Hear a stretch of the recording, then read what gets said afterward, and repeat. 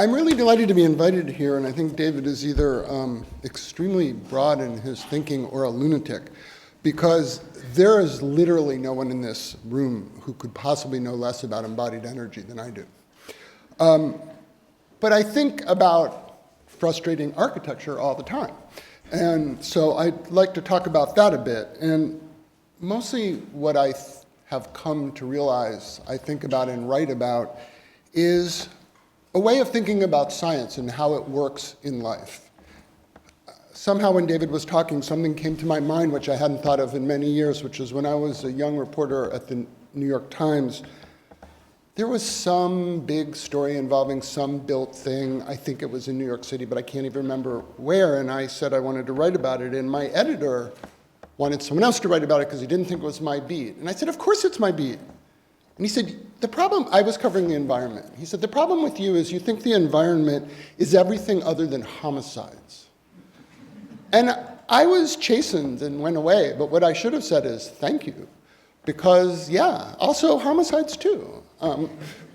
But the point is, I think people cut off their exposure to reality by thinking in broad little boxes.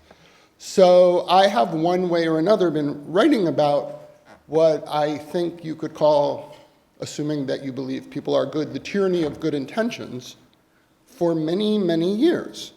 And I guess the basic question is, how do we alter human behavior significantly enough to accomplish our goals? In this case, I think we're talking about climate change more than anything else, but we're also talking about other things. I once wrote that personal choices weren't enough to do that. No matter how virtuous you are, you need much more. You need governments, you need money, you need agreements. I got vilified for writing that. I get vilified a lot. It's my favorite thing to do. Because it was seen that I was somehow letting people off the hook and saying, personal responsibility doesn't matter. Of course, personal responsibility matters, and today or yesterday there was a signing of a treaty on climate change that is all about international agreement and personal responsibility. For 20 years previous to that, what we've had are people saying, it's not a big deal, or for those of us who think it's a big deal, well, China's not going to do it, India's not going to do it, why should we do it? The fact is, as probably a lot of you know, China pollutes more than anyone else, and they also have some of the greenest manufacturing organizations, some of the cleanest buildings in the world. They are not blind to these problems, no one is. But I don't think it's an abdication of personal responsibility to raise these questions. And I've raised them a lot. I started inadvertently long ago. I wrote a story about diapers, speaking of blankets. That's actually quite insightful, I think, and true. And the point of the diapers was that people really thought that using cloth diapers was some great thing for the environment, and disposable diapers, you threw them away, it was a waste of money, it was a waste of energy, it was a waste of land space. That was all crap. If you do the math, and it also depends where you are, but if you're living in Iowa, and you're getting your cotton diapers washed in a hot laundry and driven back and forth by a service, you're spending way more energy and way more money and taking up way more resources of this planet than if you buried it in a landfill. If you look at landfills, even in New York City, the landfill, Staten Island, Fresh Kills was 40% newspaper. That was what the landfill was. 40% of it was newspapers. Way less than 1% of it were things like disposable diapers. So I'm not saying disposable diapers are the greatest thing in the world, but I am saying that these choices that seem simple to conscientious, decent people are almost never simple, and they're often the opposite of what you think. I wrote a story about carbon footprints for The New Yorker a while ago, and one of the things I said in that piece that I get a lot of great mail, but I still get some about this, is that if you think you're doing the world a service by getting in your car, I live in upstate New York, and actually I'm going to mention Dan Barber. He's a friend of mine, and we argue every week, but I'll get to that. But anyway, if you drive to your farmer's market, as we all do, and get organic potatoes because you're a good citizen of the earth, and you drive home, and then you boil those potatoes without a lid on it for 20 minutes, environmentally, just go to McDonald's and get fries, because it's better for the earth. It's not better for your heart. I'm not really urging that as a physical recommendation. But in terms of the energy expended, it's not better. It's not better at all. But people think they're doing a huge, huge service when they do something like that. And I guess I just feel that these are not simple issues, and people want to make them simple issues. And as we move forward into a world where embodied space, where the things that matter, where that table, people start thinking about its carbon footprint, how do you actually think about it? Because you guys are all familiar with life cycle analysis. So one of the famous life cycle analysis debates, and I have to say I find these things ludicrous, which is why they're great to talk about, was between paper towels to dry your hands or a heated dryer. Well, the heated dryer, people will tell you it's way better. You can use photovoltaic energy, and it's just so much cleaner, and it's so much safer, and it's so much better for the environment. And the paper people will tell you, it's a very little bit of paper. You're not using energy. And when you do the math, depends, this is one where, depends which mathematician you want to turn to. It's not clear cut. However, there's a postscript. This is a fight that's been going on for years. I don't know if you guys saw, but a couple weeks ago, maybe a week ago, there was a study conducted about Dyson, the beautifully designed hand-warming, hand-drying thing that's so magnificent. It is 400 times more likely to transmit viruses and bacteria in the air than any other form of drying your hands. So let's step back a minute and ask ourselves what the hell it is we want out of a product, out of a life, out of an interaction, and not be so certain that because we understand what's good, we're going to get it. And I'll tell you something that has nothing to do with the environment, and I will tell you, and before I tell you anything else, I'm going to vote for Hillary, reluctantly, but I'm going to do it. I say that because many years ago, I was a reporter at the Washington Post, and the President of the United States put his wife in charge of creating a universal health care program. Good goal. She immediately went to Congress and borrowed from Henry Waxman, who is a wonderful congressman and a great legislator when it came to health matters. She borrowed his chief aide, who I happen to know very well, and said, "Will you work on this with me?" And he said, "Sure, if Henry doesn't mind." And the first thing she said to him was, "Okay, the most important thing here is we need to draft a law so that vaccines are free for every American, no matter what." So now, I've written a lot about vaccines. I'm oddly pro-vaccine. But that would seem like a kind of sensible thing to do. Yay, Hillary, let's get everyone vaccines. And Tim, who's the most liberal guy working on the Hill, said, "You can't do that. That's the most ridiculous thing I've ever heard of." And the reason he said that was because, and she argued with him, they had a big fight about it, and he said, if you propose that, someone's going to get up on the floor of Congress and say, why should the American people pay for Michael Jordan's kids to get a vaccine? Or Bill Gates's kids? I mean, we should get vaccines to everyone who needs vaccines, but the idea that we should be paying for everything is kind of like, gee, I think there's a presidential candidate who thinks we should pay, everyone should go to college for free. I just have a kid who just graduated from college. I'd love to have the money back. And if all the people teaching here don't mind teaching for free, and all the people that deliver food don't mind feeding everyone for free, and if all the people who heat the buildings don't mind doing that for free, sure. I mean, should people get out of college with $300,000 debts? No, they shouldn't. That's a different issue. But the idea that, gee, something is a lovely idea, let's just do it. So what happened with Hillary's plan? It went down instantly. It was humiliating defeat, and it set back healthcare legislation and reform until President Obama was elected. Because she just felt like, how can you argue with getting free vaccines?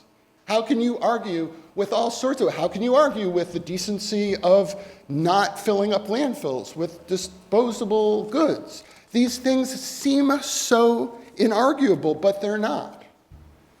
About 10 years ago, a guy named Terry Leahy, who was chairman of Tesco, gave a really wonderful speech in which he said, we need to be better stewards of the environment. Everyone needs to think about our carbon footprint.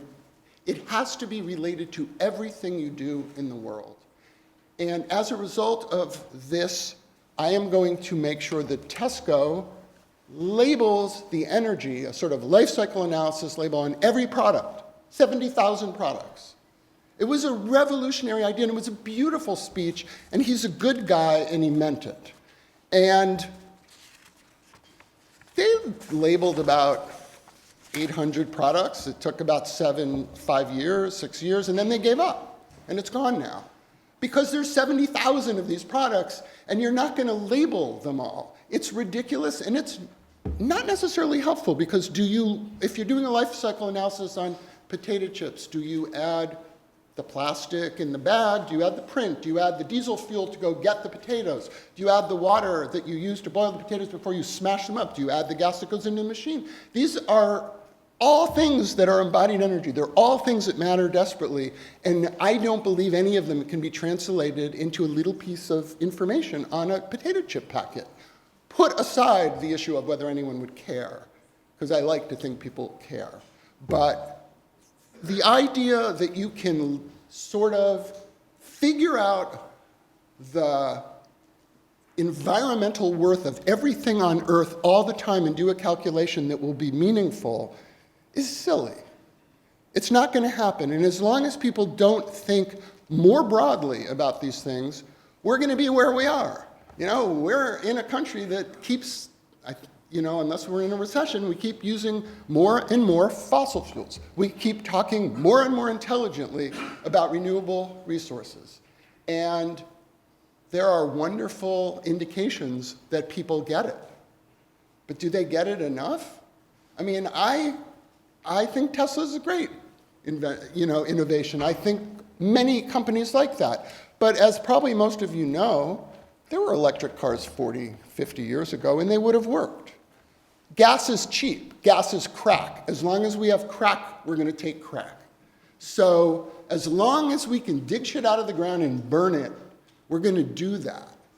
And we have to figure out a way, and I don't have an answer because I'd be like a famous person if I did, of how to face that fact. I don't think just making gas $20 a gallon is the answer, even though it would be fine with me, but there's no way of doing that without screwing poor people over, because we're not a society that is progressive in any way when it comes to tax structures. I don't know the answer to that, but we have to probably take into consideration when we do these assessments that gas is going to keep getting burned. And we have to make things more attractive, because one thing Americans understand is the free market. You can make things more attractive. It's hard because the oil, fossil fuel industry has many more incentives. They get paid lots more from governments and in subsidies. It's changing a little. And so you do have people looking at this sort of entire construction of the way we live, the idea that we dig shit out of the ground and then we put it in a pipe and we send it somewhere and we burn it. It's crazy. And this leads me to my next hated issue, which is, I said, Dan Barber is a friend of mine and we fight about wheat a lot. And I grow a lot of food upstate. And the thing Dan and I, 99.3% of all food issues Dan and I agree about, he won't say this because he's getting better, but I can't say he's anti-GMO because he'd shoot me. I teach a course at Bard and I take my kids there every year and he spends 40 minutes explaining how he's not anti-GMO but actually is. He feels uncomfortable about it, like probably many people in this room and many people I talk to. And when I break those things down, It's not the science they feel uncomfortable about. I teach this course at Bard, and the first day I ask every kid, how many of you try to avoid eating GMOs? And everyone raises their hand. And then I say, how many of you have heard of golden rice? None of them have. Golden rice, I'll bore you now, but most of you know this. But golden rice is just a rice that has been infused with the precursor to vitamin A. It's golden for the same reason carrots are golden, beta-carotene. And with that precursor to vitamin A, 1.3 million kids wouldn't go blind every year if they were eating it. That was invented 15 years ago by a guy in Switzerland, not Monsanto. There are no corporate owners of golden rice. There's no profit involved in golden rice. And yet it has never, not only is it not eaten by people, it can't even be tested because Greenpeace rips the stuff out of the ground wherever it's put in a test plot. Because GMOs are bad. They're messing with nature. They're screwing with God's plan. Now, that's what this is all about, I think, is how are you going to mess with nature? How are you going to interact with nature in a way that at least doesn't make things worse? We've done an amazing job of bringing ourselves kind of close to the edge of extinction. We could probably stave that off, at least for a few decades, a few centuries. I don't know. We could try, but we're not trying. And when people look at, the thing that Dan and I fight about, so what is the idea behind a genetically modified organism? It's to use biology instead of chemistry to grow things. It's to be able to fight off a pest with a bacterium like BT that is in the soil. And organic gardeners use BT spray every day, and they love it, and they think it's the greatest. I'm close to the end, so bear with me. But organic gardeners think that's great, and they fight to the death the idea of putting that bacterium in a cell so that you don't have to use pesticides, so that the plant will kill the pests. And it should be said that this is a completely harmless to mammals bacterium, and there is no one on the anti-GMO side who would disagree with that statement. So what we have here is, there are a lot of bad things about GMOs, but they tend to be that a big company owns a lot of the seeds and has patents, and all those things are dealt with in legislation, in social ways, and with human beings. It's not a science issue. Not one person in the world ever has demonstrably been made sick by eating a genetically modified organism. If we all had 2 aspirin right now, if every American had 2 aspirin, 500 people would die today. Maybe 700, at least 500. That doesn't mean we shouldn't have aspirin. We swallowed like 28 billion caplets last year. It just means there are benefits and risks to everything we do. And when we talk about this embodied energy, and when we talk about all this stuff, we're kind of skipping the numerator-denominator equation, and we're just saying something scares us, we don't want to do it. And we're not stepping back. So now we have, I'm on leave for my job, and I'm now writing a book on something called CRISPR, which is a way of editing DNA. And it's fairly miraculous way of editing DNA in that it's very easy, it's very cheap, it's very precise. It's so cheap and easy that I'm a visitor, I'm a writer in residence at the Broad Institute of MIT and Harvard these days, and I'm doing my own experiments. And I don't know a thing about this stuff, which does mean that some guy in a 7th, you can talk about terrorists getting a hold of DNA and doing terrible things. I think a bigger fear is a smart freshman getting a hold of something and screwing life up. But this is an opportunity, and people talk about editing our germline, our sperm cells, our embryos, so that we change humanity forever. I don't really think that's an issue. I don't think that's going to happen. I do think we'll be able to use it to cure lots of diseases, and we'll be able to use it to make plants grow more robustly without even introducing other organisms, just by moving or snipping genes around within a crop. We're going to be able to use it probably to get rid of malaria by editing out the ability of an Anopheles mosquito to transmit the bacterium that causes 1 million people or 800,000 people each year to die. These are huge possibilities. And they have risks. And those risks are not minor. But I think what we need to do, or what I wish people would do more of, is talk about the risks. Talk about the pluses and talk about the minuses. Don't be a plus person or a minus person. Be a numerator and denominator person. So if you want to say, gee, I'm uncomfortable about GM corn because we don't really need it and this one big company owns this stuff and I'm worried about pesticide, I can make arguments with you, but I understand that. Can you really say the same thing about 1 million kids dying a year? About dengue, about Zika, about hundreds of millions of people being sick? What'd you say? That's wrong what you're saying. It's wrong what I'm saying? It's not related to the theme of the quantum theory. I don't know what you said, but I'm sure it's true. My point is, I think everybody has sort of formed notions of what the world ought to be and what the risks ought to be and what our opportunities are. And that's not true. It's almost never true, and the opposite of it is usually true. And so on that, I'm wrong, but I'm done. Thank you.